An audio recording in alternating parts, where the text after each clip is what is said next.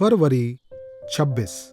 हमारे प्रतिदिन की रोटी मिनिस्ट्रीज की ओर से आप सभी को नमस्कार। आज के संदेश का शीर्षक है, क्या यह एक संकेत है?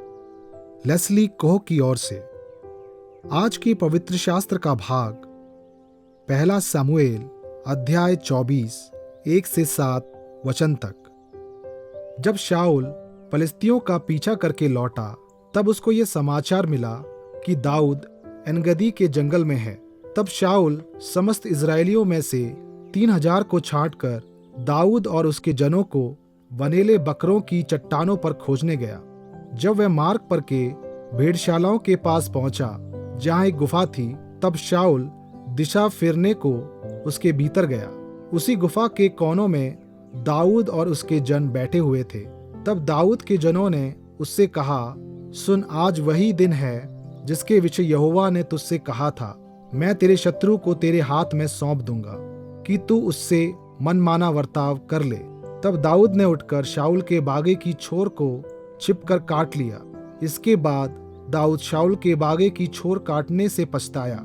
वह अपने जनों से कहने लगा, यहोवा ना करे कि मैं अपने प्रभु से, जो यहोवा का अभिषिक्त है, ऐसा काम करूं कि उस पर हाथ उठाऊं, क्योंकि वह यहोवा का अभिषिक्त है।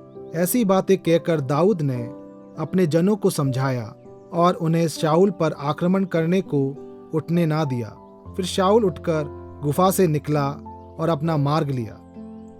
मुख्य वचन भजन संहिता अध्याय 40 वचन 8।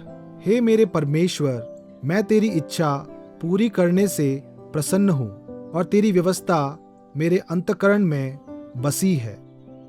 प्रस्ताव अच्छा लग रहा था और बिल्कुल वही था जिसकी पतरस को आवश्यकता थी। नौकरी से निकाले जाने के बाद एक युवा परिवार के इस एकमात्र कमाने वाले ने नौकरी के लिए अधीरता से प्रार्थना की थी। निश्चित रूप से ये आपकी प्रार्थनाओं का परमेश्वर का उत्तर है, उसके मित्रों ने सुझाव दिया। लेकिन भावी मालिक के बारे में पढ़कर पतरस को बेचैनी महसूस हुई। कंपनी ने संदिग्ध व्यवसायों में निवेश किया था और कंपनी को भ्रष्टाचार के लिए चिन्हित किया गया था। अंत में पतरस ने प्रस्ताव को अस्वीकार कर दिया। हालांकि ऐसा करना कष्टदायक था। मुझे विश्वास है कि परमेश्वर चाहते हैं कि मैं सही काम करूं। उन्होंने मेरे साथ साझा किया। मुझे बस भरोसा करना है कि वह मुझे देगा। पतरस को एक गुफा में दाऊद की शाऊल से मुलाकात का वृत्तांत याद आया। ऐसा लग रहा था जैसे उसे उस आदमी को मारने का पूरा मौका दिया गया था जो उसे मारने की कोशिश कर रहा था। लेकिन दाऊद ने विरोध किया। यहोवा ना करे कि मैं ऐसा काम करूं, क्योंकि वह यहोवा का अभिषिक्त है, उसने तर्क किया। दाऊद घटनाओं की अपने स्वयं की व्याख्या और परमेश्वर के निर्देश का पालन करने और सही काम करने के लिए परमेश्वर की आज्ञा के बीच अंतर करने के लिए सावधान था। हमेशा कुछ स्थितियों में संकेतों को देखने की कोशिश करने की बजाय आइए हम ज्ञान और मार्गदर्शन के लिए ईश्वर और उसके सत्य की ओर देखें, ताकि यह समझ सकें कि हमारे सामने क्या है। वह हमें वह करने में मदद करेगा जो उसकी दृष्टि में सही है।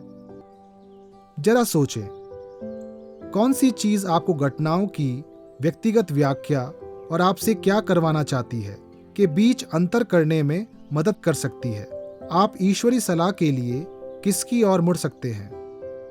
आए प्रार्थना करें। परमेश्वर हमारे दाता, मुझे मेरे सामने अवसरों को समझने की बुद्धि और आपके मार्ग का अनुसरण करने का विश्वास प्रदान करें कि मैं हमेशा वह कर सकूं जो आपको प्रसन्न करता है। आमीन।